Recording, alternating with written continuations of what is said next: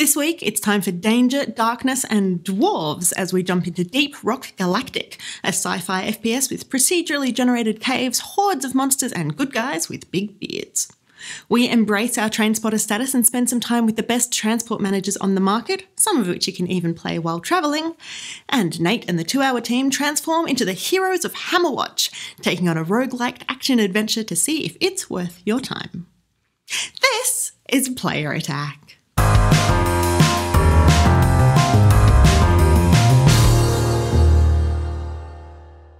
Hi, I'm Jessica Citizen, and this week everyone's getting just a little bit excited for E3. It's less than a month away now, and all over the world, fans are wondering just what big new games will be revealed at the world's largest gaming expo. The same thing happens every year, of course, and every year a handful of these big new games are leaked before the proper announcements. Often it's an accidentally uploaded trailer, a forgotten bit of code, or everybody's favourite, the domain registration that wasn't hidden quite as well as someone had hoped. This year, however, Walmart Canada may have let the cat out of the bag. Several cats, actually, out of several bags. The retailer updated its catalogue over the past week to include a number of new games, like Just Cause 4, Splinter Cell, Dragon Quest II for PS4 and Xbox One, LEGO DC Villains, Borderlands 3, Rage 2, Gears of War 5, Forza Horizons 5, a new expansion set for Destiny called Destiny Comet, and a game from Ubisoft simply titled Assassin's Creed. Realistically speaking, that list isn't particularly surprising. We've had some pretty serious suspicions about almost all of those games, and the ones we hadn't suspected aren't that shocking. Why wouldn't there be sequels to Rage and Just Cause? Of course, this is exactly the argument that Walmart Canada is using to cover up the technical glitch which revealed the titles. A spokesperson has declared the items listed were speculative in nature, and they apologise for any confusion the leak may have caused. As all the games featured placeholder box art and clearly made up release dates, the list could well just be someone at Walmart daydreaming rather than actually getting ahead of themselves. But then there's this from the official Twitter account for Bethesda's game Rage.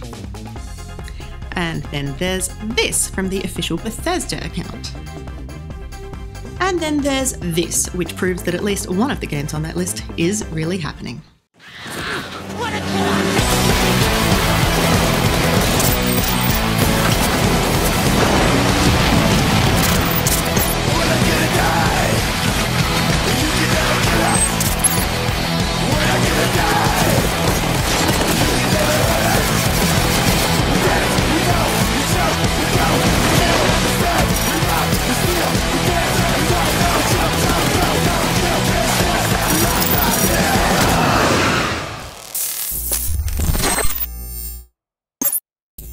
Pete Hines from Bethesda has also gone on the record saying that even he is starting to get a bit excited about next month's festivities, promising that Bethesda's E3 showcase might be the publisher's longest ever, as the company has a lot to show.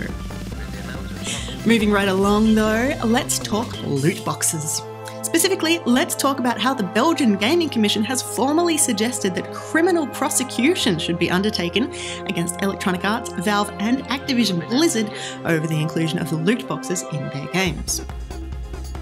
The Commission's recent report featured a comprehensive definition of what does and does not constitute gambling, and it goes on to point out exactly how FIFA 18, Counter-Strike Global Offensive and Overwatch all contravene local legislation.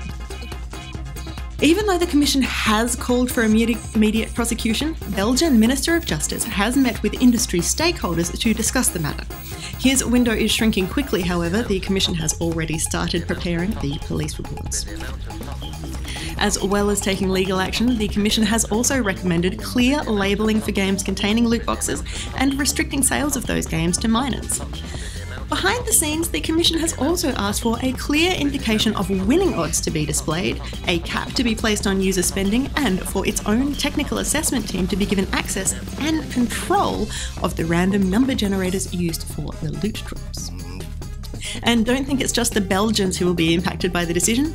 The Commission has already spoken to similar bodies across Europe, Asia, and America. In other legal news, a man has been sentenced to jail in the US after carrying out a DOS attack on Blizzard's World of Warcraft servers back in 2010. Romanian citizen Kalin Mateus also pleaded guilty to one count of causing damage to a protected computer. He now faces 1 year in prison and must also pay nearly $30,000 to cover Blizzard's cost after thousands of players were unable to log in.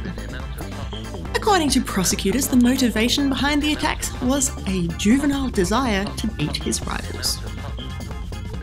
Now, in super quick news, Deus Ex is not dead, but Eidos Montreal has admitted that we won't be seeing Deus Ex 5 anytime soon. Instead, the team is already way too busy working on Shadow of the Tomb Raider and The Avengers, which is already co-developing with Crystal Dynamics, plus a secret third game in development. PS4 hackers are celebrating the release of Parappa the Rapper remastered, but not for the reason you might think.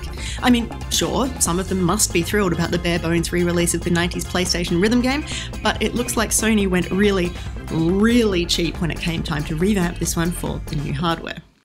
Remember, Parappa was re-released back in 2007 for the PSP, and a decade later, it seems the studio has decided that that version was plenty good enough for PS4 fans.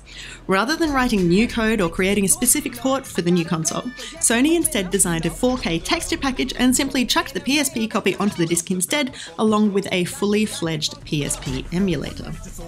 Of course, it didn't take long for clever people to work out how to use that emulator to load other games, so if you ever wanted to play something like Patapon on the big screen, now's your chance. Nintendo's first foray into the world of mobile gaming has been shut down after 2 years of service. The freemium app Miitomo launched in March 2016 and saw more than 10 million downloads within just a month of release. Unfortunately for Nintendo, just a few months after that, people somehow hadn't been hooked by the social networking game, and its player base dropped off sharply.